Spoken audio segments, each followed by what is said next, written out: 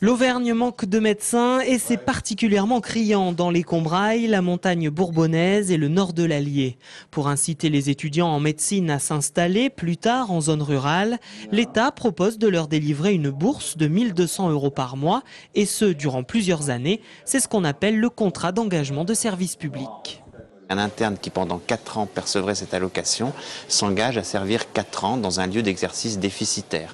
Et donc je viens à la fois présenter aujourd'hui ce dispositif et présenter aussi les lieux d'exercice dans lesquels il pourrait exercer après signature d'un contrat. Dans la salle, les futurs médecins sont attentifs, mais beaucoup sont sceptiques quant à l'efficacité du système.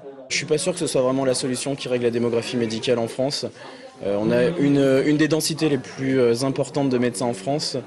Mais on n'a pas vraiment réglé les problèmes de surpopulation dans certaines régions. Ce qui gêne, notamment dans ce contrat, c'est que l'État impose aux jeunes médecins leur lieu d'installation. On fait déjà 9 ans, 10 ans de médecine pour être libre un petit peu, pour pouvoir s'installer où on veut, et de nous obliger à s'installer dans des milieux qui ne nous plaisent pas, c'est pas forcément incitatif. Moi je suis prêt à m'installer en milieu rural, mais pas avec ce dispositif, étant donné que c'est hyper contraignant. Dans le sens où on ne choisit pas où on va s'installer plusieurs années à l'avance. Dans l'Allier, il y a des contrats où on choisit plusieurs années à l'avance où on va s'installer, on voit avec la mairie, et puis c'est beaucoup mieux fait. Et puis ils donnent plus d'argent en plus.